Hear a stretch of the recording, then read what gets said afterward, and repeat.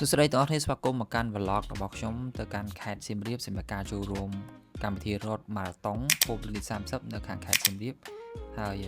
យនេះជាលើកទី1ដែលខ្ញុំចូលរួមរត់ដល់10គីឡូហើយការធ្វើដំណើរគឺខ្ញុំចេញដំណើរតាំងពីថ្ងៃសុក្រដែលយើងចេញដំណើរតាមឡានក្រុងពេលយប់ទៅអញ្ចឹងពួកខ្ញុំចេញដំណើរពីម៉ោង10កន្លះហើយបន្ទាប់ពីចាំជុំគ្នាហើយពួកខ្ញុំក៏ចេញដំណើរទៅអញ្ចឹងការប្រព័ន្ធនៃការធ្វើដំណើរគឺយើងធ្វើដំណើរខ្ទង់ប្រហែលជា4ទៅ5ម៉ោងអញ្ចឹងពួកខ្ញុំទៅដល់លឿនជាងការគ្រោងទុកយើងទៅដល់នោះម៉ោងប្រហែលជា3កន្លះទេអញ្ចឹងបន្ទាប់មកយើងក៏ស្វែងសេវាប្រមូលសម្ភារៈអវ៉ាន់របស់យើងបន្ទាប់មកកក់តុកជិះធ្វើដំណើរទៅកាន់អូតែយើងតែម្ដងហើយសម្រាប់ចម្ងាយពីទីតាំងបេឡានទៅដល់អូតែរបស់ពួកយើងគឺ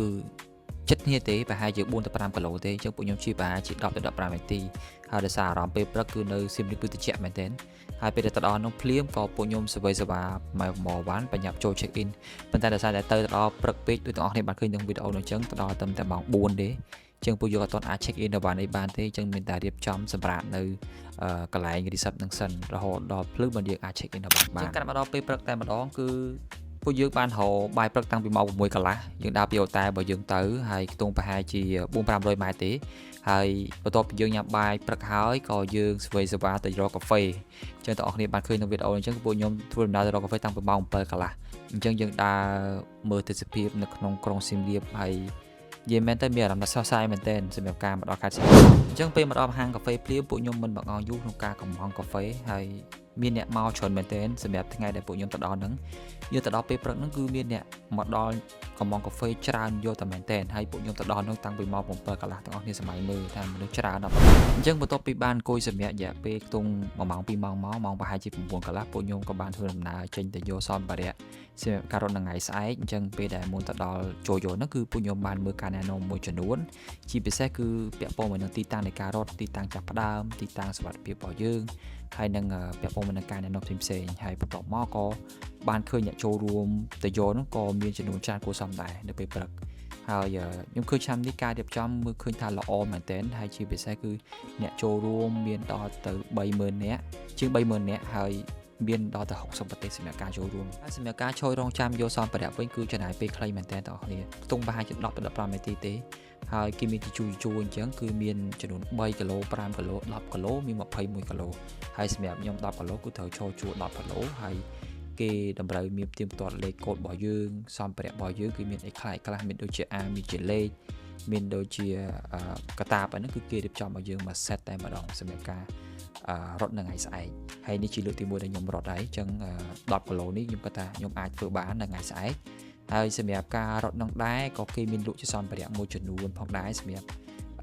អ្នកដែលចូលរួមនៅថ្ងៃនោះសម្រាប់សម្ភារៈដែលគេមានលក់នោះមានដូចជាពាក់ព័ន្ធមួយនឹងអាវពាក់ព័ន្ធមួយនឹងវត្ថុអនុស្សាវរីយ៍មួយចំនួនហើយបន្ទាប់មកក៏ពួកខ្ញុំព្យាយាមរកឈ្មោះខ្លួនឯងនៅល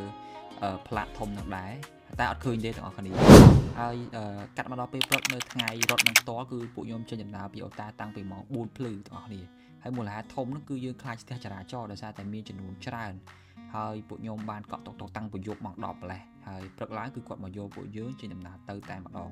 ហើយតាមផ្លូវគឺត្រជាក់មែនទែនបងប្អូននៅពេលព្រឹកនៅខាងខេត្តសៀមរាបហើយពេលដែលទៅដល់នោះគឺមានអ្នកទៅដល់មុនយើងទៅទៀតហើយអ្នកខ្លះគាត់ធ្វើដំណើរដោយម៉ូតូទៅដល់ហើ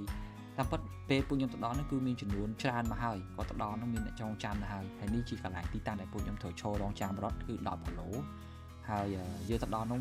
មុនដល់ទៅ1ម៉ោងហើយបងប្អូនអញ្ចឹងយើងមានពេល warm up មានពេលថតរូបមើលទេសភាពពេលព្រឹកនៅខាងខេត្តសៀមរាបជាពិសេសគឺអារម្មណ៍នៅពេលព្រឹកដែលយើងមើលឃើញអង្គរវត្តរបស់យើងអញ្ចឹងដោយទាំងអស់គ្នាបានឃើញគឺស្អាតមែនតើអង្គរវត្តរបស់យើងនៅពេលព្រឹកអានេះប៉ោងប្រហែលជា7:06ព្រឹកហើយអញ្ចឹងបន្ទាប់មកក៏ចាប់ផ្ដើមរត់ដំបូងគឺ21គីឡូក៏រត់មុនខ្ទង់ប្រហែលជាម៉ោង5:45អីហ្នឹងហើយសម្រាប់អ្នកដែលរត់10គីឡូគឺរត់ចាប់ពីម៉ោង6ព្រឹកអញ្ចឹងការចេញរត់ដំបូងគឺមានអារម្មណ៍ថាស្រស់ស្រាយមែនទែននៅក្នុងខេត្តសៀមរាបជាពិសេសគឺអារម្មណ៍ដែលរត់ពេលព្រឹកមើលថ្ងៃរះហ្នឹងឯងហើយសម្រាប់ការរត់តាមផ្លូវវិញទាំងអស់គ្នាកុំបារម្ភគឺមានទឹកញ៉ាំតាមផ្លូវរហូតហើយមានអ្នកសម្បូរតាមផ្លូវរហូតហើយសម្រាប់ការធ្វើការរត់ហ្នឹងខ្ញុំចំណាយពេលខ្ទង់ប្រហែលជាចូល2ម៉ោងជាងហើយទាំងអស់គ្នាដោយសារតែចំនួនមនុស្សច្រើនហើយយើងរត់ឈឺទេនេះខ្ញុំមកដល់កន្លែងទីតាំងចិត្តគ្រប់5គីឡូហើយដែលត្រូវរត់កាត់ sensor ហ្នឹងគឺមនុស្សច្រើនមែនទែនគឺឡើងស្ទះចរាចរណ៍ហើយពេលហ្នឹងគឺផ្លាស់ប្ដូរផ្លូវរត់ក៏ពួកខ្ញុំបានឃើញដើមឈើមួយធំស្អាតមែនទែនទាំងអស់គ្នា ពេលនោះមកដល់កន្លែងហ្នឹងគឺខ្ញុំបានដូរផ្លូវឲ្យបានរត់តាមផ្លូវរបស់គេទេគឺដោយសារស្ទះចរាចរណ៍ពេកហើយនេះទាំងអស់គ្នាពេលដែលមកដល់កន្លែងត្រូវឆ្លងកាត់ sensor 5គីឡូហ្នឹងដែលយើងត្រូវបកទៅវិញហ្នឹងណាគឺមនុស្សច្រើនមែនទែនហើយពេលបន្ទាប់មកក៏ពួកខ្ញុំបានត្រឡប់បកក្រោយវិញដើម្បីរត់ទៅទីតាំងដើមវិញដើម្បីគ្រប់10គីឡូអញ្ចឹងមកដល់ពាក់កណ្ដាលផ្លូវដោយសារតែរៀងអស់កម្លាំងដែរអញ្ចឹងក៏យក energy bar ដែលបានទិញមកពីម្សុំអញ្ចឹងយកមកញ៉ាំតិចសិនទៅអញ្ចឹងបន្ទាប់ពីបានញ៉ាំ energy bar រួចពួកខ្ញុំក៏បានព្យាយាមបន្តរត់បន្តទៀតរហូតមកដល់ទីប៉ុន្តែចៃដន្យអីទាំងអស់គ្នាសល់ប្រហែលជា2គីឡូទៀតដល់ទីតាំងទីរបស់យើងហ្នឹងគឺខ្ញុំអស់ជើងមែនតើដោយសារតែផ្លាស់ប្ដូរផ្លូវរត់អញ្ចឹងអត់ស្រួលទេហើយក៏ណាមួយឈឺជើងដែរអញ្ចឹងក៏ព្យាយាមដើររហូតដល់ទីទេហើយពេលដែលមកដល់គឺត្រូវតម្ងជួឈរចាំយកមេដាយទៀតហើយមនុស្សច្រើនមែនតើទាំងអស់គ្នាអញ្ចឹងសម្រាប់ការចូលរួមឆ្នាំនេះខ្ញុំគិតថាជាអារម្មណ៍មួយរំភើបហើយរត់ដល់ទីដូចគេដែរឯងដែរហើយគិតថាឆ្នាំក្រោយក៏ព្យាយាមរកឱកាសក្នុងការចូលរួមផងដែរអញ្ចឹងលើកទឹកចិត្តមែនតើសម្រាប់បងប្អូនអ្នកដែលគាត់ចង់ទៅលេងខេត្តសៀមរាបក្នុងខែ12អីហ្នឹងគឺគួរតែចាប់ឱកាសក្នុងការចូលរួមរត់ឲ្យបានច្រើនទាំងអស់គ្នាហើយជាពិសេសគឺក្នុងការផ្សព្វផ្សាយទេសចររបស់យើងទាំងអស់គ្នាបានរត់ពេលព្រឹកគឺទទួលបានអារម្មណ៍ប្លែកគឺទទួលបានអារម្មណ៍មួយត្រជាក់ហើយយើងបានឃើញប្រាង្គប្រាសាទរបស់យើងនៅពេលព្រឹកឃើញព្រៃព្រឹក្សាជុំវិញតាមផ្លូវរហូតគឺនិយាយថាអារម្មណ៍របស់យើងគឺស្រស់ស្រាយមែនទែនសម្រាប់ការរត់នៅពេលព្រឹកនៅខាងខេត្តសៀមរាប